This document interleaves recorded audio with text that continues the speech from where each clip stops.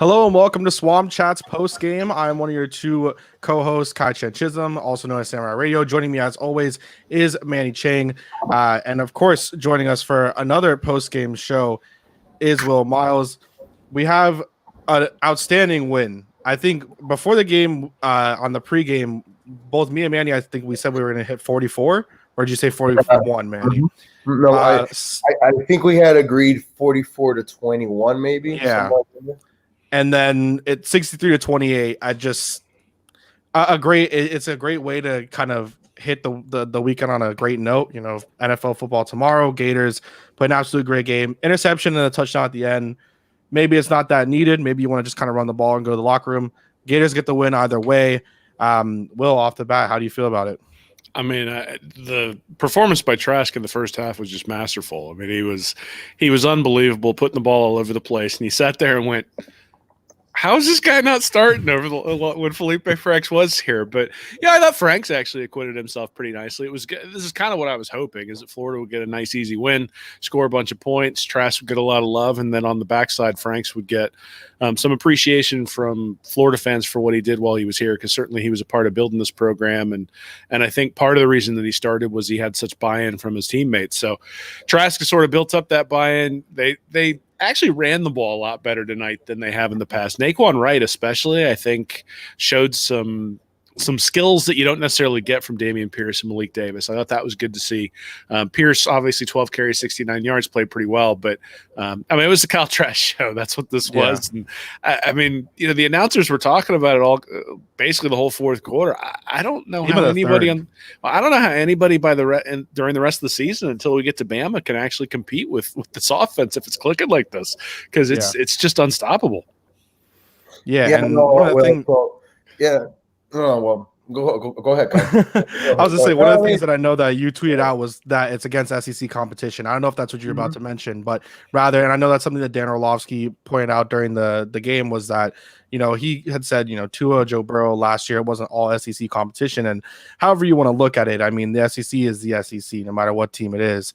And I mean, 5 touchdowns in the first half, and just kind of walked in there and was like, all right, cool. So the second half is going to be easy, and we'll just ride out with the win. Manny, you can. I don't know if that's what you're going to say. But.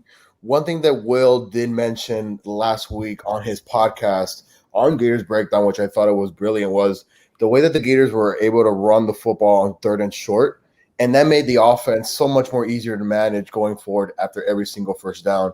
And you saw that once again today when it was 3rd and short. Pierce would just punch it in. But to me, like Naquan Wright, you know, when the game was tied and whatnot, after the Razorbacks all of a sudden hit that long touchdown pass, I'm thinking to myself, really? is this how the night's going to become, right? But then, you know, before Trask got going, it was a Naquan Wright show to me. He ran the football between the tackles, bounced it outside, and he showed that toughness for a little man, and that's what you love to see. But again, it was those 3rd and short plays that you ran the ball, and that to me opened it up. And so much for this offense just being the Pitts show, right? I mean, Pitts is not playing tonight, and I understand. Trayvon Grimes, man, this man was a man amongst boys tonight. You know, I was actually happy for Cope, at least caught a touchdown pass. Maybe that quiets down a little bit. But you know what, Will, I'm with you, man. And you mentioned it last week. Sometimes you got to be the decoy. Sometimes you got to be the man to draw the attention. And if that leaves your teammates one-on-one, and the whole point is about winning the game or being able to score points, like sometimes you as a player, you just have to risk, you know, you have to just accept that. And, you know, at least he caught a touchdown pass, so I'm happy about that. But after the second Grimes touchdown, I don't know if you guys noticed this, okay? So Grimes catches it. There's nobody near him. Copeland ran, I believe, maybe a 5-yard in or whatnot, and he saw the touchdown pass. You see all the Gators in orange rushing towards the end zone. Copeland's just walking back to the sideline. And I'm thinking to myself, come on, man. At some point, you just got to put that mentality of yours, just put it aside and realize what's going on here. Like, your quarterback is having one of the best offensive seasons ever put on by a Gator quarterback ever, you know, best season ever. Like, that's just one thing that really upset me. But, you know, I could be in the difference or whatnot. Besides that, though, I love the running game. I love the play by the running backs. They're stepping up big time no matter what. I also see that Lorenzo Lingard got a carry. I missed that. I don't know how I did. Or whatnot. So everybody got a carry tonight. And how about the backup tight ends, man? I mean, just masterful game plan. At times, I thought offensively we could have run it. We could have ran the ball more in the second half to control the clock, whatnot. But of course, that's when you start being that Gator fan with the hat, and you just want to pick and choose when you want to complain, right? Yeah, I mean, anything that keeps the defense off the field at this point is probably something that we look at and say, "Hey, that's what we're looking for." I actually tweeted out when I think it was Shorter caught the ball to go up 21-7. I tweeted it was 21-14. People gave me a bunch of crap because I got the score wrong, and then like 2 plays later, Arkansas busted me. Hey, I'm right. So from then on out, every time they scored, I just tweeted it was 63-14. But I look at it and I say, Trask is clearly the strength. I don't think that they're going to necessarily do a whole lot of running on the, they were running to basically get them out of cover 2, and then that was it, right? I mean, you get them out of the cover 2, and then you start hitting it and even there they were hitting in between the zone and all sorts of different things. But they really made them pay when they went man on man. That was one of the reasons why they were running all the flea flickers and all that sort of stuff, is just sort of get them out of their base defense to allow them to go deep. The one play I thought was really cool was the flea flicker where Pierce didn't get it back to Trask, and Trask had to sort of scoop it up off the dirt and just chuck it. But I mean, as far as Copeland's concerned, I don't know. Wide receivers are always kind of crazy. I think it was sort of an interesting dynamic last year with those 4 guys, and none of them really seemed to care who got the credit. That's usually not the way wide receivers operate. And so Copeland, I think, is just more of the Terrell Owens than he is the Van Jefferson when it comes to that sort of thing. And as long as he's catching touchdown passes when they throw it his way, as long as he's blocking when he's supposed to be blocking, and let's be honest, one of the reasons early on they had a couple of swing passes out to Kadarius Toney, might have been pretty big plays, but Copeland didn't necessarily do a great job blocking. That's one of the reasons why you don't get playing time in Dan Mullen's offense. So, you put up 63 points. Obviously, they had the 1 touchdown from the defense, but still, you put up 63 points. Not a whole lot to nitpick when it comes to the offensive side of the ball. There will be some discussion about the defense, but again, I think we all know what it's like to be a fan of that 2019 LSU team at this point, where you're sitting there going, well, I don't know if my defense is good enough to win a title, but man, it's fun watching. And, I tweeted out during the game that, this must be why we had to suffer through Skylar Moorhenweg and the Mullen or the Muschamp and McElwain eras. Just was so that we would appreciate Kyle Trask. And, that's all I'm going to do coming out of this game is go, wow, that was fantastic. I don't care if you're throwing against air doing what he did tonight. And he's getting more and more efficient as he goes. So this year, this game, 12.3 yards per attempt. He was averaging about 9 for the first 4 games. I think he averaged 11 against Georgia, 12.3 tonight. He's getting better and more confident as the season goes, letting it rip a little bit deeper down the field. And Florida's offense is getting more potent because of it. Quick question, Will. I've seen a lot of people off Gators Twitter, at least, that have kind of been very critical of Kyle Trask week in and week out, like nitpicking at every single possible thing that they possibly can. Of course, getting into an NFL draft season, looking at prospects, everything like that. Do you think that has something to do with, one, that it's Florida and we haven't had a great at least college QB since Tim Tebow? Of course, obviously Tebow didn't fare well in the NFL, but haven't had that guy for a while. And then do you think it also has to do with the Texas A&M loss, that people are maybe putting it too much on him, since there's a half that's putting everything as Kyle Trask and the other side saying everything that went wrong is also Kyle Trask? Yeah, well, I mean, that's the catch-22 to being a quarterback, right? When you throw a pick six, everybody hates you. When you throw a touchdown pass, everybody loves you, and that's sort of the dynamic. And the guy there on the other side tonight is one of the sort of key lightning rods that we've seen. I mean, Trask saw Franks go through all that mess Kyle Trask saw Felipe Franks go through all that stuff that Franks went through when he was at Florida. So, I think what it really boils down to is that the defense. I mean, if the defense was giving up 7 points a game, then Trask would be free to make some mistakes. I think what sort of happens is you look at a game like the game against Ole Miss or like the game against South Carolina, and you see sort of the things where the offense couldn't keep things going. Even tonight, the 4th down conversion that they couldn't make, they had a 3-and-out there early in the second half.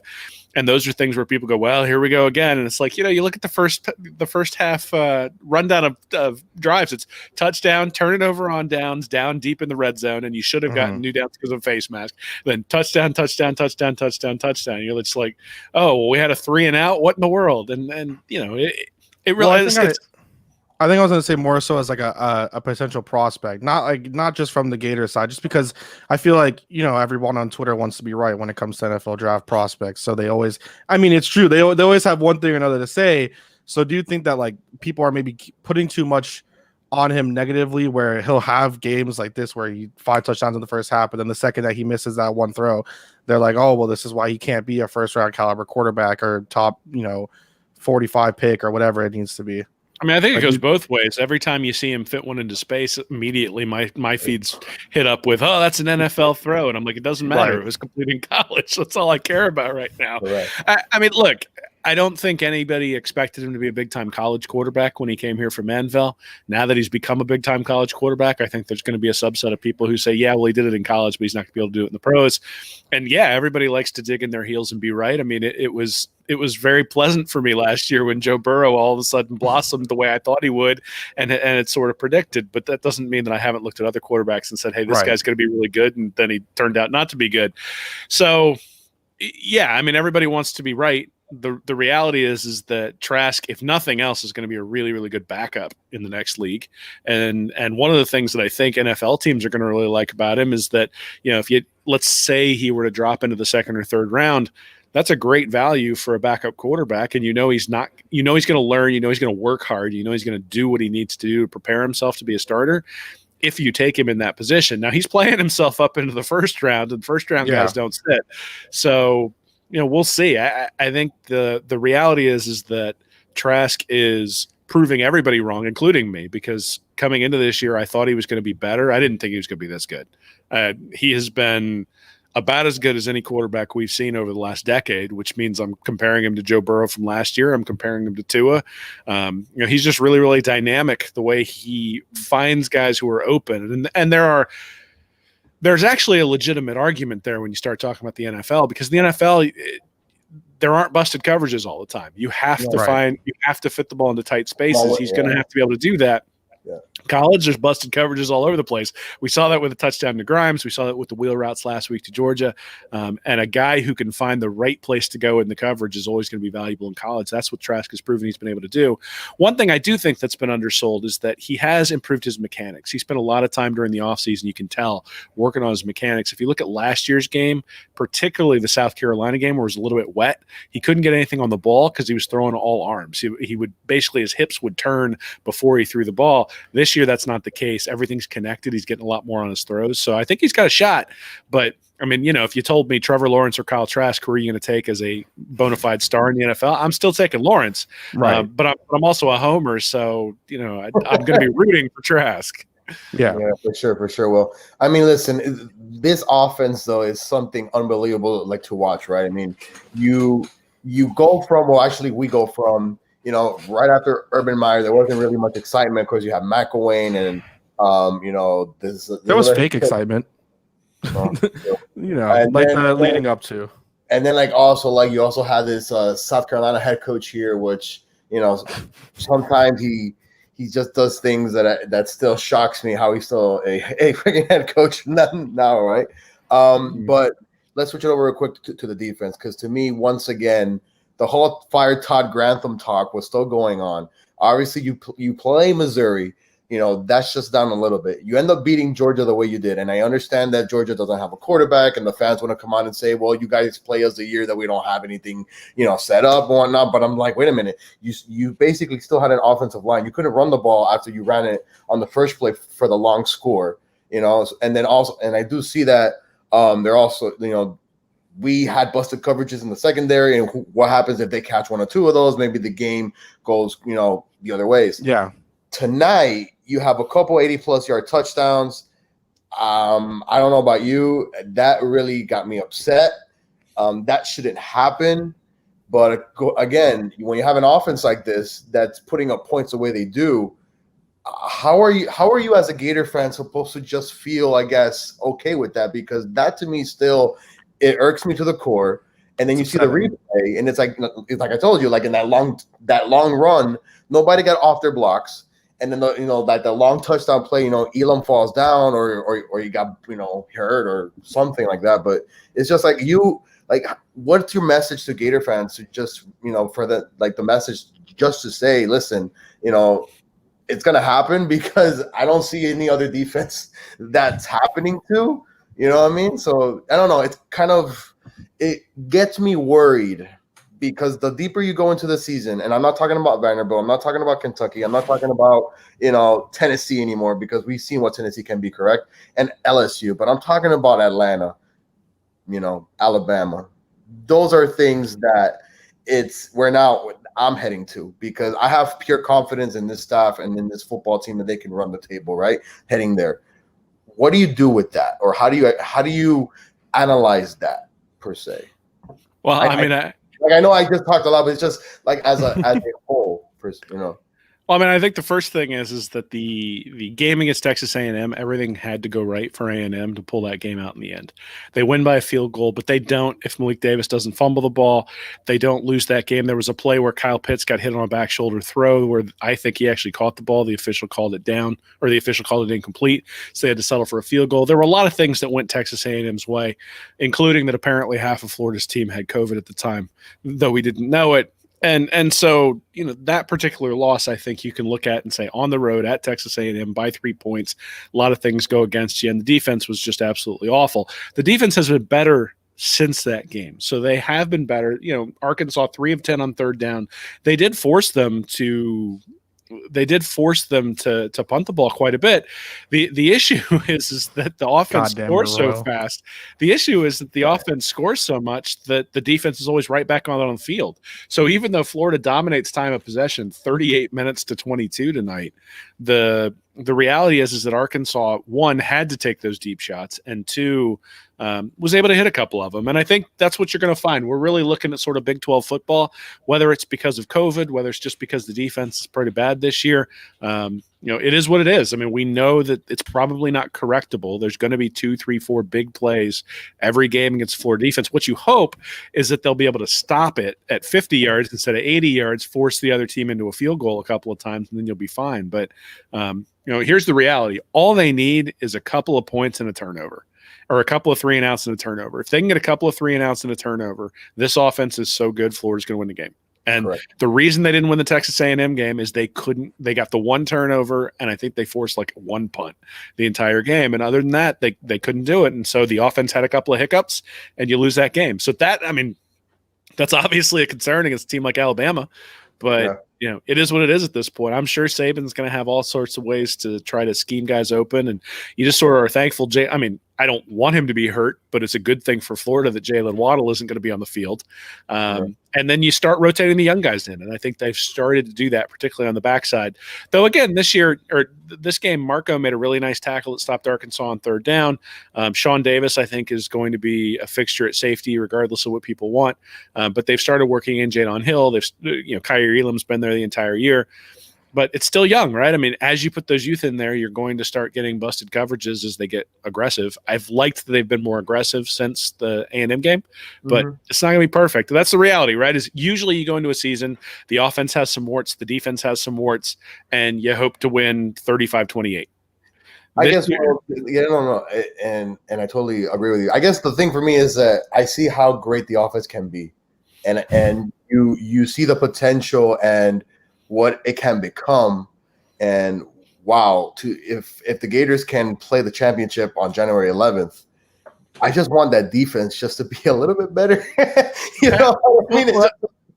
That's kind of where I was going, right? Usually in a normal season, your offense has some warts, your defense has some warts, and you win 35-17, you win 28-20, something like that. Florida doesn't really have any warts on the offensive side of the ball, at least not thus far. And then on the defensive side of the ball, there's an awful lot of warts. And so it's just a balance. So you're winning 63-35 instead of winning, 35-28. And the team has an opportunity here to play for a national championship. They still have that in their sights. And really, they have an opportunity to play for the SEC championship. I don't think there's any way they're not in Atlanta. So they're going to be playing for an SEC championship. And if you told me after the Georgia game, after the Arkansas game, that we'd be sitting here 5-1, ready to go to the SEC championship and have an opportunity to play that, and basically if you win that game, you're in the playoff, I'd say, hey, It's where I want to be. And I don't really care whether early in the season, I would say, I don't care whether if the offense has scored 70 points a game and the defense has given up 50, I don't care if I have that opportunity. And I think that's the thing that maybe Gator fans should walk away from a game like this from is, they gave up a couple of big plays. That's what's going to happen every game. The nice part is that Florida had like 7 explosives in the first half, put up 28 points in the second quarter. Like there's nobody who's going to be able to hang with a team that can consistently put up 28 and a quarter. I think they had 24 against Georgia last week in the second quarter. Trask has just absolutely been dominant. And, that's the message, is that you have a dominant quarterback, and that's the way you win in college football these days. And that's how LSU won last year. And to be honest, that's actually how Alabama has started winning the last few years. They have not had as good a defenses as they have in the past. They've just had dominant quarterback play ever since Tua came in for Jalen Hurts, and that's why they've been good. This year, same thing with Mac Jones. So Florida has now moved into that realm of the elite where you start talking to them in terms of winning national championships, not just SEC championships, but obviously you first have to get there, then you have to win the game, and then you got to get to the playoffs. So that's still in front of us, and that's exciting. I feel like that's the best way to end it. That definitely calmed me down. I think that's the best way to take us out as well. Just a nice little that's the way to bring it out. I gotta say, Manny, do you agree with that one? Oh, of course. I mean, you know what I'm saying? Like, if I look at it today, I don't want to get too ahead of ourselves, but this offense is just unbelievable. The sites are Atlanta. The sites, no, they're definitely there already. If they weren't there, then I don't know what are you doing? If we give up 45 to Vanderbilt, I'll be worried.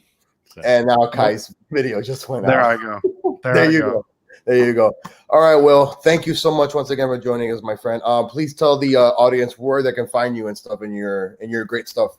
Yeah, you can find me at www.readandreaction.com, and then Gators Breakdown podcast come out. I'm on there every Monday night, and then usually if you download it on Apple Podcasts or Spotify, you can get it on Tuesday morning. So yeah, listen, I had told a friend of mine who's a Gators fan who's never heard you guys. I said, listen, on Monday afternoons, this is what you got to do. You got to grab your lunch, wait till after 3 or 4, wait for the pod to come in, sit down, make sure you have an hour, because normally those pods reach up to an hour or so, and just enjoy the listens of that, because you guys make it sound so well thought out. You break it down in all type of aspects and ways that the next thing you know, you're thinking 1 hour pod. Oh, that's too much. But it's like it's the inside nuggets that you and Dave give that makes it such an amazing listen. And I grew up 3 years ago searching for something, and then of course you joined at what was it, like I think it was in 18 or 19, and we had yet to beat Georgia, and we finally beat Georgia with you on there. So I'm excited now. Like, but yes, Will finally has that monkey off his back. Forget that Mullen, but I feel like Will has that monkey off his back. So my first appearance was actually right before we got trounced by Michigan back in the 17 season. So I'm lucky Dave invited me back. But I appreciate that. We put an awful lot of work into it. We try to make sure that it's a valuable thing for Gator Nation to listen to, and certainly appreciate you saying that and appreciate that you're enjoying it. So yeah, everybody check it out if you have an opportunity. Kai, are you still there? I'm here. It's my backup battery is also, I don't understand how I literally charged like the battery for both. I have to find, okay, this is the thing, man. Everybody right now looking at Kai's screen is like, here's the thing. So there's a way for you to like have a backup battery for your camera, but like so that it's always charging. However, my camera just for whatever reason doesn't want to do that. So I'm trying to figure it out right now. You needed the Spurrier image after Franks threw the interception against Miami last year. That's the image that you got when his camera goes out. So Dan Mullen just confirmed that Pitts is having surgery for his nose. Oof. So, interesting. Yeah. I mean, that was a brutal hit. Definitely was. One of the things I didn't have time to write it this week, but I was hoping he didn't come back this week just because, one of my memories of Florida football is Tebow getting knocked out against Kentucky and then them sort of rushing him back for the game against LSU the next week. And then they didn't rush him at all in that game. And you're like, I don't know if that was the best thing in the world to do there. If you can't actually have him play the way you want to have him play, maybe he shouldn't be in the game. Though, since we saw John Brantley play after that, maybe it was the right thing to do. But, you know, I mean, so I was actually really hoping that he'd sit out for two reasons. One is I think Florida's team is more than just Kyle Pitts, though Kyle Pitts obviously is a huge part of it. And the important part is to have him back for Alabama. But the other thing is that you want to make sure that anybody who gets hit as hard as he got hit coming across the middle is fully healthy when he comes back. I'd say the same thing for Sion, the Georgia player. I mean, he looked completely woozy after the hit too, which is one of the reasons why targeting is in effect, is to protect the defensive player as well as the offensive player. So, you know, best wishes to Pitts. Hopefully he gets better soon. Hopefully he gets better in time for Alabama, because that's really the only thing left that we got to do here. So unless the team comes out flat one of these days, it should be pretty smooth sailing till then. For sure. All right, No Screen Kai, take us out.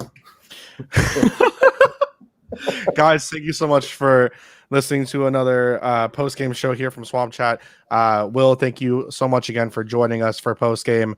Guys, we'll have Dolphins pre- and post-game tomorrow, so make sure to come tune in for that as well. Hopefully Tua can have a great game against the Chargers, which probably shouldn't be too hard considering the Chargers defense, but we at least get a good show between Tua and Herbert, and hopefully we can continue to see the Gators run the table and head to Alabama and win that game when it comes time for the SEC championship, and then head to Atlanta.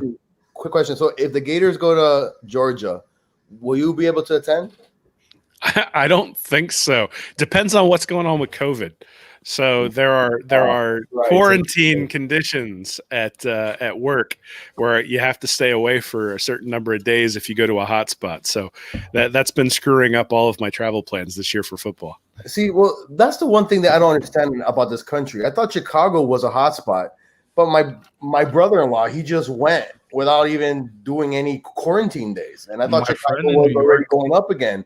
But now you're telling me that these other states still have it. So that's the no. It's not state. It's my job, right? So your job itself. My job. If you go someplace out of state, they make you stay away for a couple of weeks. Oh no. Well, we all know that we all need the money, man. You gotta that way. So, all right, my friend. Thank you so much once again for joining us, man. We appreciate it. Guys, thanks for having me on. Appreciate it. Enjoy it. Love it. Don't forget, kickoff next week against Vanderbilt at noon.